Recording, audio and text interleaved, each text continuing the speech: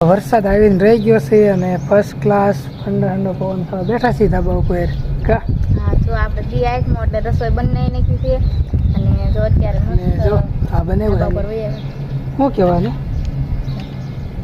અને શું કહેવાય તમારી ભાષામાં શું કહેવાય કોમેન્ટ કરજો ને અમારી ભાષામાં શું કહેવાય સિંગ પાક કેવી અમે તો સિંગ પાક એટલે બધા કેવી અલગ અને અલગ માંડવી ફળ પાક આવતા એમ કેવી હા અને તમે શું કહો એ ખાસ કોમેન્ટ કરીને જણાવજો.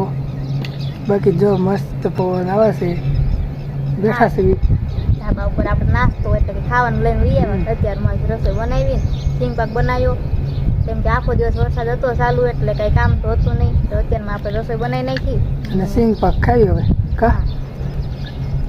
સિંગ પાક છે શું છે ભાન કે નથી. ખાંડવા બનાવ્યું એટલે ખાંડમાં બનાવ્યું એટલે આમ કડક જ હોય કેમ કે આપણે ગળમાં બનાવી તો ઢીલું થાય નકર તો